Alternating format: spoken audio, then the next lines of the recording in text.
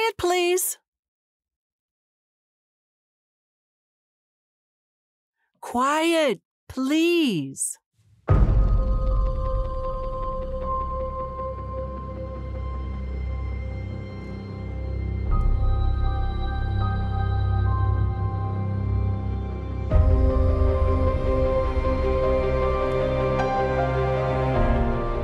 Arnelle and James have some deadly serious business to discuss about their friend Eddie. Unfortunately, Eddie can't be there because Eddie's dead. And there are no such things as ghosts, are there? Foley Mara Studios presents Quiet Please, which is written by Willis Cooper and directed by Chuck and Megan Mara. Quiet Please for tonight is called Come In, Eddie.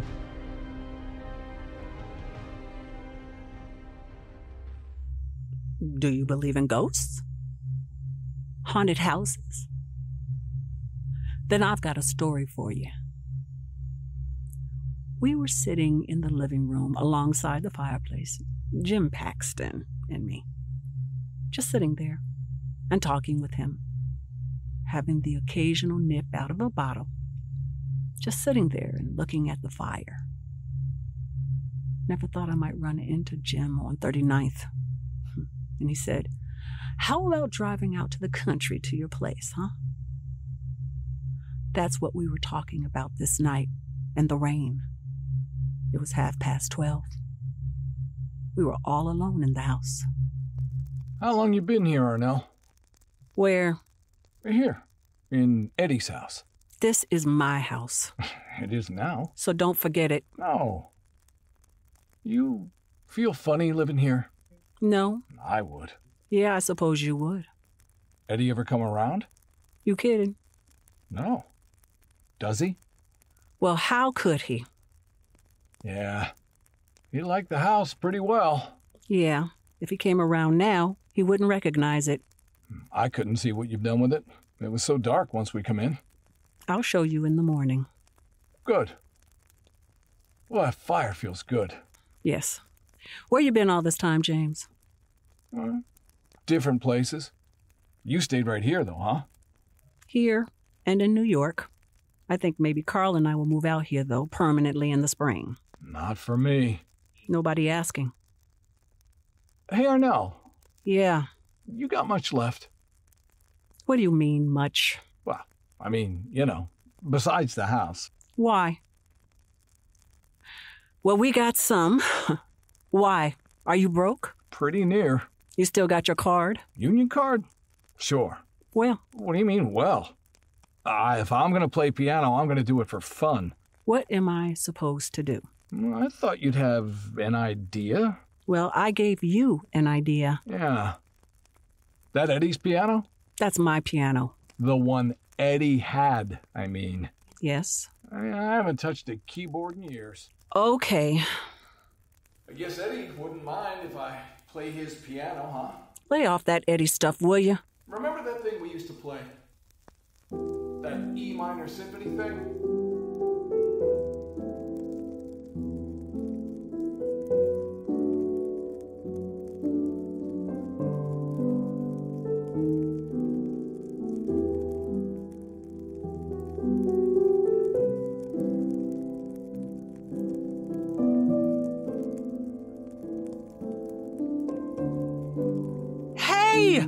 Cut that out, will you? Is it bothering you? Yeah. Leave the piano alone. Okay. We can just talk. Why don't you just shut up a while? Oh, well, I feel like talking, I guess. Well, I don't. Well, then I'll talk. And you just listen, huh? Oh, you're just trying to... Want a drink? No. I'll have one. Yeah, I wouldn't want to be alone in this house with Eddie walking around. Cut it out. Haunting. I told you to cut that out. You hear me? Oh, now look. You gone and busted one of Eddie's best glasses. You stop! Just what are you trying to cook up? I thought you weren't afraid of ghosts. I'm not. I'm not, I tell you. Okay. What are you up to, Jim? I just thought maybe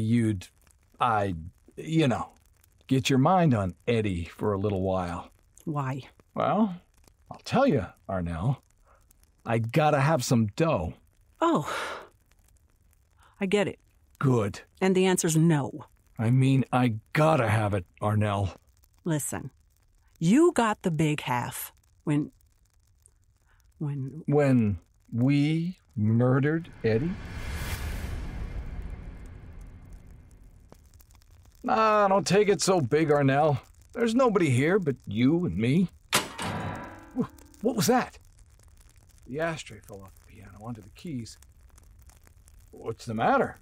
You think it was Eddie? Listen, I got just about enough of this. Oh, it's all so cold in here all of a sudden. Hey, no wonder. That door's open. I'll get it. No. Wait. Maybe Eddie is here. Come in, Eddie. Don't say that! Too late, Arnelle. Shut the door, Eddie. It was the wind that closed it. It must have been the wind. The wind does funny things in an old house like this one. Sure, the wind can open a door and the wind can close a door sometimes. Won't it? It couldn't be Eddie. Well, Eddie's dead. Eddie died 6 years ago right here in this house. Right here in this room. I couldn't help it. I liked Eddie. Why, Eddie was my cousin, wasn't he? I couldn't help that he had more money than he knew what to do with. I couldn't help wanting his money. Everybody wants money, don't they? Eddie shouldn't have let me know that he'd made that will and that I was to get everything, the house and everything. I'm not going to be crazy. Eddie can't be here. You know, if he was going to haunt me, he'd have been here before this. Wendy? There isn't any way out of it, Arnelle. You see? I gotta have dough, now. And I want you to see. Now look, Arnelle. Let's be reasonable.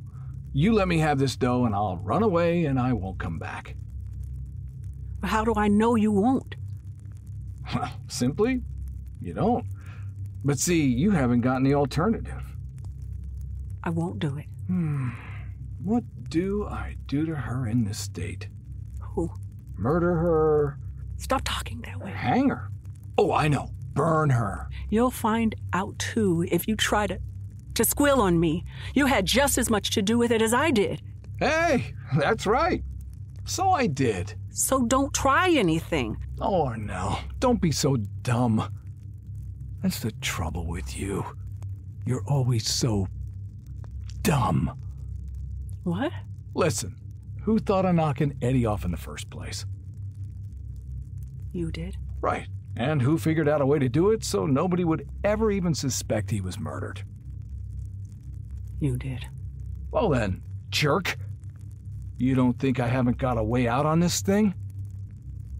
How? Like I should tell you. Look, take my word for it, Arnelle. I'm in the clear, but sister, you ain't. So, you might as well lay it on the line and be happy. I don't believe it. Okay, so don't then. But believe me, Arnelle, when I tell you it's going to cost you one thing or another. What do you mean? The dough, Arnelle. Or your life. You see? I won't do it. Stir up the fire a little. It's getting cold in here again. Is that door open? No, the door's closed, Arnelle. Eddie's in here with us. I didn't touch that poker. Sure you didn't, Arnelle. That was Eddie, starting to stir up the fire for you. When people are dead, they're dead. They don't come back to haunt other people. Jim's just pulling some kind of trick on me. Like he tricked me into killing Eddie. I would never have thought of it until he suggested it. I would just lie awake nights thinking how fine it would be if Eddie was dead and I had all his money. And I remember how Jim Paxton worked on me. I remember how he said Eddie would be better off because he was so sick all of the time. And then that time he told me he got away to kill Eddie so that nobody would ever think. And he kept talking about what we could do with all the money that he had. And Eddie in the next room with that crystal cocktail shaker of his, calling to us to come and have a drink. He was so lonesome. And the two of us would drink with him, and he never knew what we were thinking over the rims of our glasses. I remember Jim whispering in the corner, Nice guy, Eddie, but he's so useless, Arnie. And I remember Jim on the telephone. Poor old Eddie, always half drunk and continually in pain. And I remember waking up in the middle of the night and thinking, I heard Jim's voice somewhere. We'd be doing Eddie a favor, Arnelle. And a day, in this very room, and Eddie on the floor, and Jim walking across the room with that big, toothy grin of his and sticking out his hand and saying, Oh, congratulations! Congratulations, rich lady! And then the sound of a poker falling on the hearth in Eddie's house at midnight, with nobody there but me and Jim Paxton. That was Eddie starting to stir up the fire for you. I want a drink. No, wait, Arnelle. Cut it out, Jim. I said wait. We want to get this thing settled before you start to get tight. I'm not gonna get tight. I just want a drink. You'll get a drink. I want to straighten this thing out first. Now look. I'll give you $1,000. Why, you big-hearted old gal, you. Not another dime. Hand me that bottle. Kid, I don't want $1,000. Will you give me a drink? No, kid. Look, I want a lot more than 10 lousy $100 bills. Well, you're not gonna get it. I think I am. How much? How much you got? None of your business. Let's stop kidding around, Arnelle. I've got an idea how much dough you got. You have not. Well, you'd be surprised. Look, for $20,000, I'll never see you again. $20,000? What do you think I am? A jerk? Now listen. A jerk that murdered her pal. With your help. No, I never touched Eddie. Well... You killed him. Well, you're just as guilty as I am. Nuh-uh. Give me a drink. After a while. What about this 20 G's? You know what I could do to you? What? What could you do, Arnelle? You said I killed Eddie. You did. Did it ever occur to you that I might kill you? Sure. I'm faster than you, Jim. Yep. Why, I could... You could choke me, or you could hit me with a poker, or maybe you got guns here you could shoot me with. I think I will kill you. You do, huh? Yeah, I do. Wait a minute, Arnelle. Why should I? Well, I'll tell you. I'll tell you, Arnelle. Go on. See, the trouble with you is you're so dumb. Dumb enough to kill you. Yeah, and that sure would be dumb, boy. Yeah? Look, kid, I told you, I got an out if I have to turn you in. I was smart enough to figure that out so nobody could touch me. What's that got to do with me killing you? Well, Arnelle, if I was smart enough to figure out a foolproof way of knocking off your cousin, and if I was smart enough to dope out a way to keep my nose clean if they hang you, well, wouldn't I be smart enough to have an angle that would keep you from bumping me? What do you mean? You know, one of the reasons I like you, Arnelle, is you're so simple-minded. Why, you... Look, don't you ever go to the movies or listen to the radio or read a book? What are you talking about? Okay, look, there's a little note written to a certain guy that spills all the works about how Eddie got knocked off. And this little note, Arnelle, is in the hand of a certain other guy. And If I don't call him up or come see him for 24 hours, he mails the note. You see how simple? I don't believe it. Okay, knock me off and see. You know, Jim, I was thinking. Well, what do you know about that? I was thinking, wouldn't it be funny if Eddie was here? Funny? Oh, you know, if Eddie was here. If Eddie was here listening to us two talk about how we... Murdered is the word, Arnelle. All right, murdered. How we murdered him. You know, I don't think he knew who did it. I never thought of that. I don't think he did. He was standing there, right over there. I remember. And he had his back turned to both of us. Let's not go into the details, Arnelle. I remember it well enough. Well, I was thinking if he was here, finding out that we murdered him, and now we're talking about getting rid of each other. Yeah? He'd get a great kick out of it. Eddie had a terrific sense of humor. Yeah. He also had a terrific sense of getting even with people, Jim. Yeah. I know. Well, if he was here, listening to all this, you know what he'd be thinking about. Getting even? Yeah. Well, so okay, he's not here. You sure? Look, I know the wind blew the door open. Yeah? And I knocked the poker over. Well, how could you? I kicked the base of the stand. Scared you, huh? You, no kidding. No kidding, did you? Yeah, I did. Then you don't think Eddie is here? Are you nuts? Why, sure. How could it? I mean, there aren't any ghosts, are there? Well, hey, not to change the subject, girlie, but what about my money? Oh, I gotta think about it. You ought to have your thinking all done by now, lady. Look, I've laid it on the line for you. It's open and shut. Give me a drink. Go ahead. Wait. What's the matter? Listen. What is it? I know what it sounds like. Eddie's cocktail shaker. Yeah? Who else is in the house? Nobody. Don't kid. I'm not. Listen. Jim? Quiet. Listen, Jim. Listen. That's the way Eddie used to shake up those daiquiris. You remember? Listen. Ching, ching, ching, ching, ching, ching. Remember?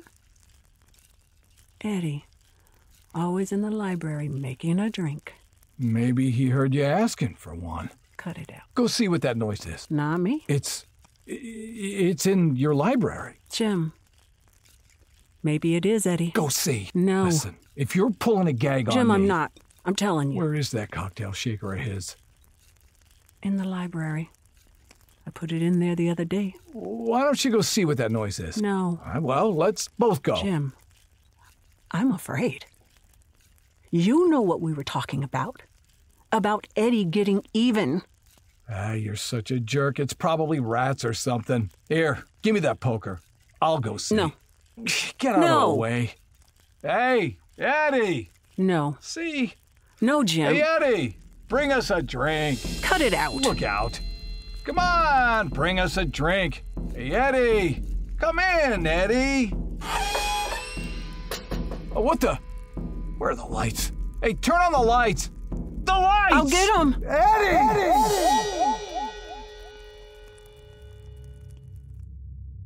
I started bumping into the furniture, so I tried the wall switch, but I couldn't find it.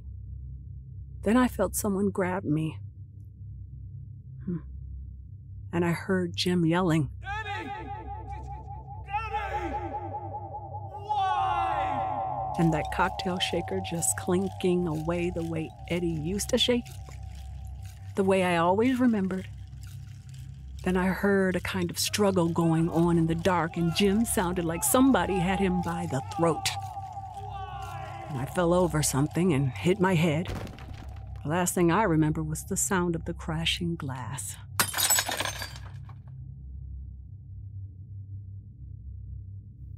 I passed out cold on the floor. And then slowly I drifted back.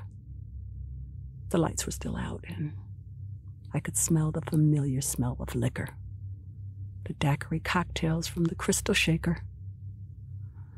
Nobody in that house had had a daiquiri since the day Eddie died. And I heard something. I heard the piano. And the music was that old favorite of Eddie's, the one he used to play. The one Jim had started to play. And I called, "Jim! Hey, Jim!" But the music went right on, and Jim didn't answer.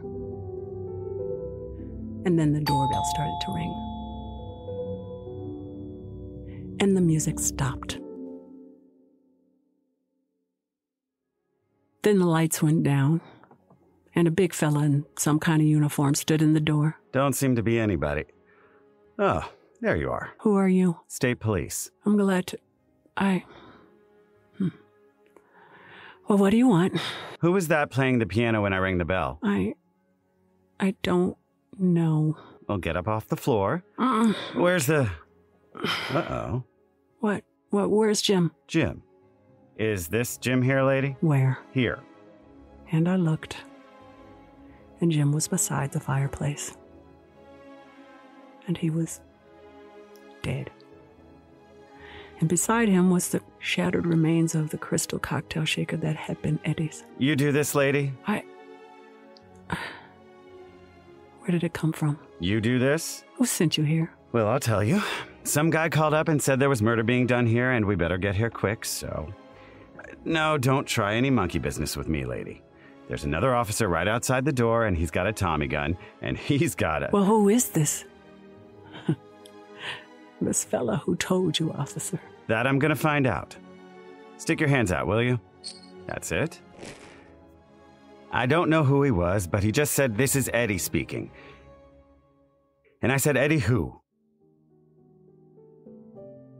He laughed and said, "Just Eddie."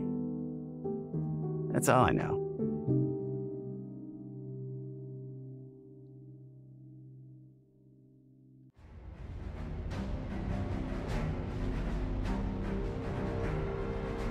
Tonight's Quiet Please episode is called Come In, Eddie.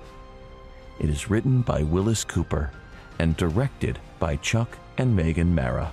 Arnelle, the person who spoke to you, was played by Cinda Williams.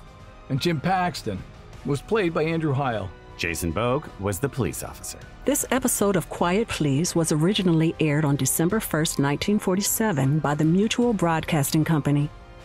This recreation of Quiet Please comes to you from Los Angeles and is produced by Foley Mara Studios.